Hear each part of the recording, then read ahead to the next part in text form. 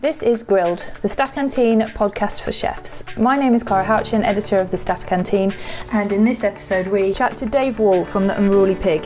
He's this month's chef to watch, and this episode is in association with British specialty growers Westlands. Our deputy editor Tanny Dawn Hiscox finds out more about Dave's career, his current role, and why a fire just 12 weeks after opening was nearly the end of this award-winning pub. Hi everyone, we are talking to Dave Wall today. He is the head chef at the Unruly Pig, recognised in the Estrella Top 50 UK Gastropub Guide, the Michelin Guide, the Good Food Guide, and recently named the Best Pub Restaurant Chef of the Year by the Craft Guild of Chefs. Hello, Dave. Hello. So, like lots of successful chefs, you didn't actually set out to be a chef. As a young man, you worked in kitchens while you travelled the world. Was there a pivotal moment when you realised that this was, in fact, your calling? I don't think it was so much a pivotal moment. As you say, I'd been travelling, spent a year living in Australia, a year living in Canada, and really I just needed some beer tokens, to be honest. So started in the pot wash, and like many guys from the pot wash, sort of get dragged in to do cover the garnish one day or something like that. When the chef went off ill or something. So I sort of ended up cooking like that, and I still didn't think it was something that I was going to do as a career. But then it just grew on me, really, and I mean, those first kitchens I worked in were hardly the height of culinary affairs, but I came across and worked alongside a couple of pretty decent chefs that were perhaps taking a year out from their career proper in order to go travelling and have a bit of fun. And just sort of got a bit inspired by them, really. Just the more I learned about cooking, and I always liked banging pots around and moving around with the buzz of service, but as I started to learn how to actually make things and produce things, that's when I got hooked. Yeah. Well, since then you've worked at some pretty high caliber restaurants, Bibendum, the Boxwood Café, the Talbooth. Was there any point where it was so tough that you thought, okay, this is not what I signed up to. I might pack it in. And if so, how did you overcome that? I think all chefs have a bit of a wobble at some stage. I have to say, I never seriously looked into packing it in, but there are many times when you're sort of just absolutely exhausted and just question, God, can I keep doing this? And I think for the first 5 or 6 years that I was cooking properly, professionally, with it dead set on being my career, there were a lot of times when I was just, am I definitely going to keep doing this?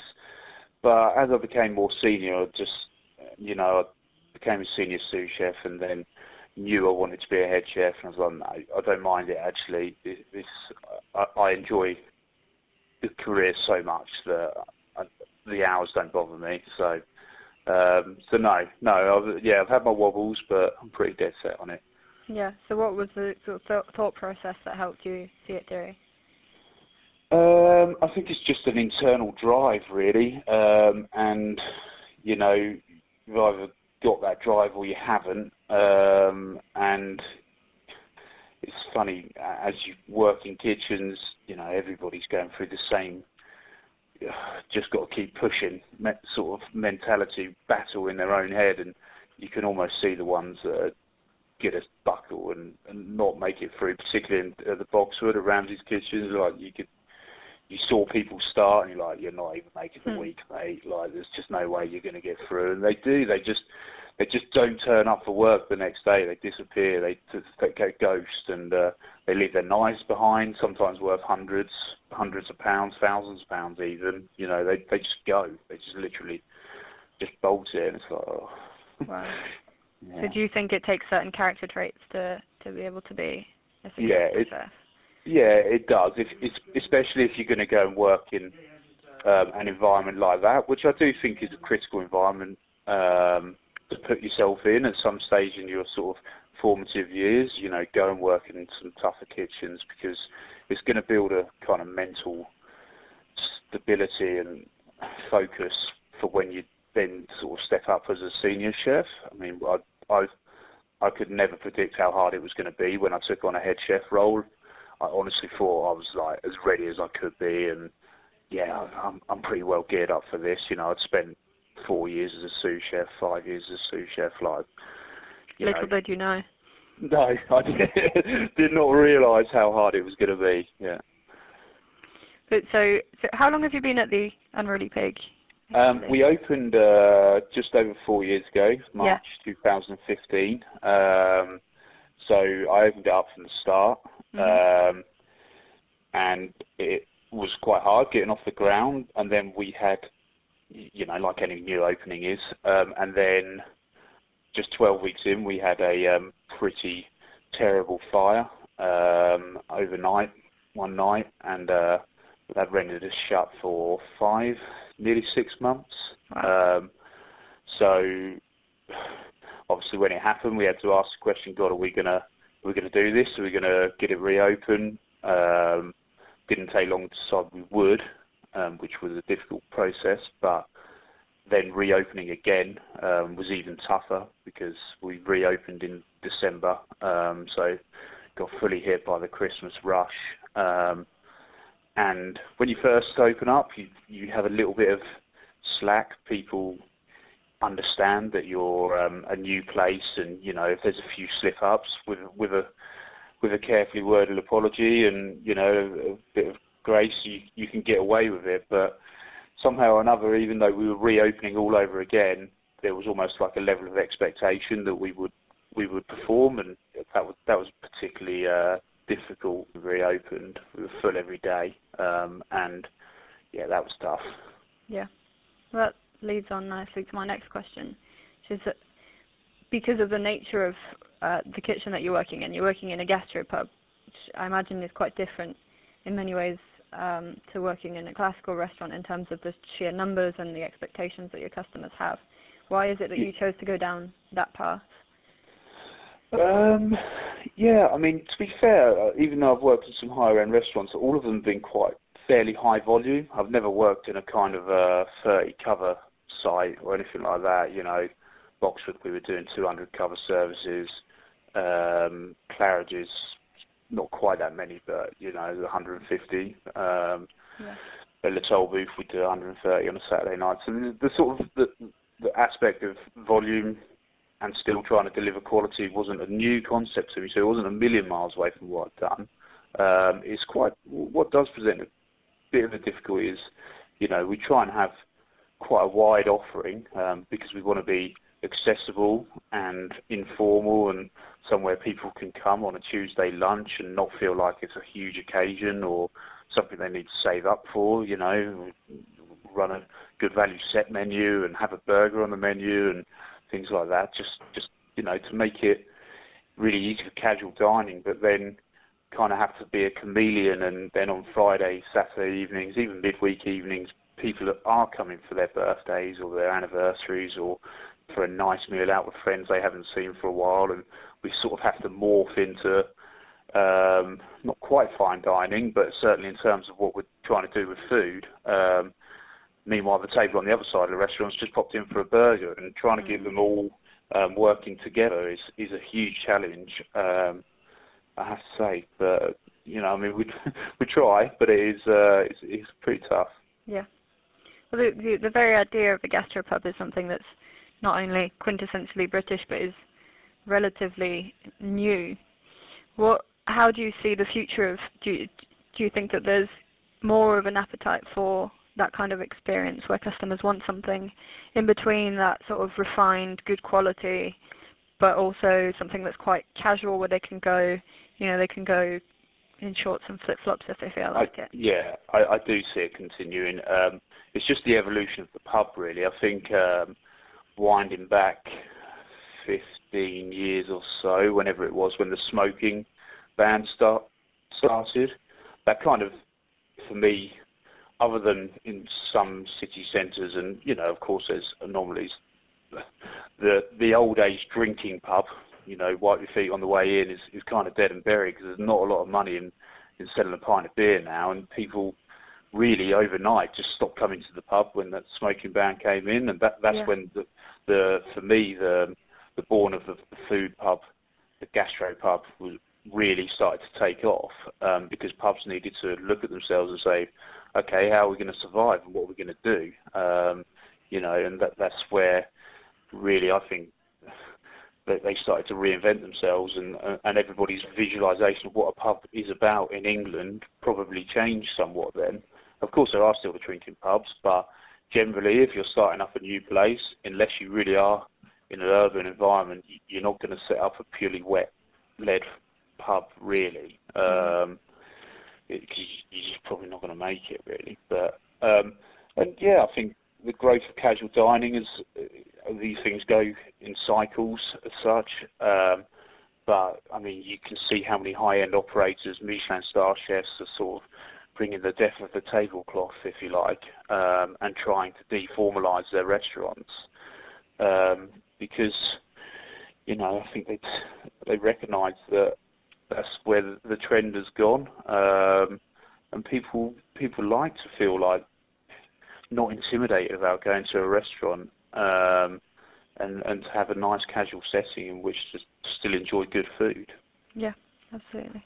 Okay, so moving on to my next topic, which is going to focus a little bit more on equipment and techniques and stuff in the kitchen.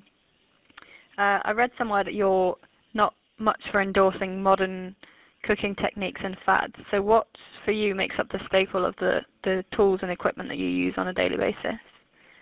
No, you're absolutely right. I don't buy into too many fads. I sort of, my background, is kind of rooted in classical French, who I'm sure they're not scared of a gadget, but, I like the core principles of good workmanship, using whole animals, honouring the whole animal, and good solid cooking. I love cast iron pans, foaming butter, garlic and thyme, roasting and just, for me, it's just imparts so much flavour. And whilst there are certain uses for water baths and vat packing, which are very useful, when it comes to meat and fish, I really do like the traditional methods. I just think they ultimately get the best flavour from your products. So yeah, I mean the most useful tools in our kitchen really are a butcher's saw, an oven, a stove, and a pan. Really, they're the ones that we rely on the most at the Unruly Pig. And do you use a charcoal fire grill, right? Yeah, we've got a charcoal fired Inca grill, which is great. It's sort of, we don't have a huge kitchen or a huge stove. We're trying to get quite a few covers out of there, and this thing fires at 400 degrees plus.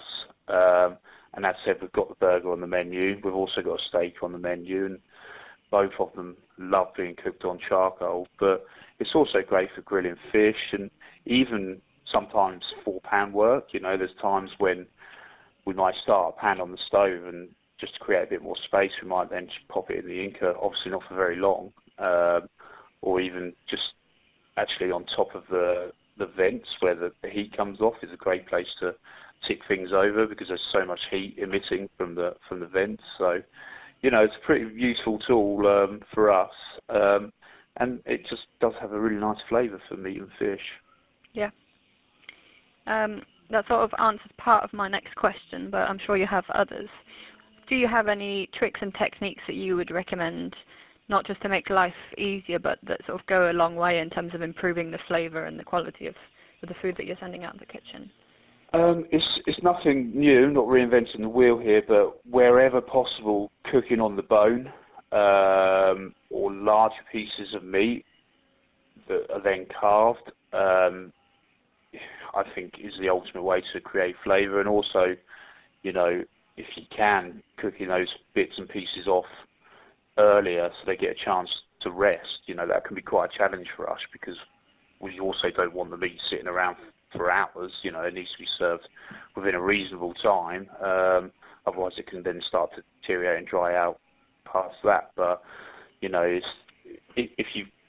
where you've got larger pieces of meat, where you've got the bone to protect it, it just can just create such a better cook on the meat, all the fish, and it creates more succulence. It's there to protect it, and I just like methods like that. Mm-hmm. And finally, if you could give your younger self and any aspiring chefs a piece of advice on how to lead a successful and fulfilling career, what would that be? I think the first thing any aspiring and young chef needs to do is make peace with the fact they're going to work hard. If they're reaching for all the dizzy heights but are not prepared to put in the graft, that formula does not work. It won't work. They need to make peace with the fact that they're going to work hard and actually just thrive off of it. And just keep pushing, really, because, it can test you, and it can be hard, but, you need to have your goal in mind. For most, that will be running their own kitchen, not for everybody, but, even if it might be that you want to be the best pastry chef and go and work in a great 1-star, 2-star, even 3-star, that might be your goal or focus. But get your goal in mind and work hard towards it, and try not to waver, I think is the best way to go about it.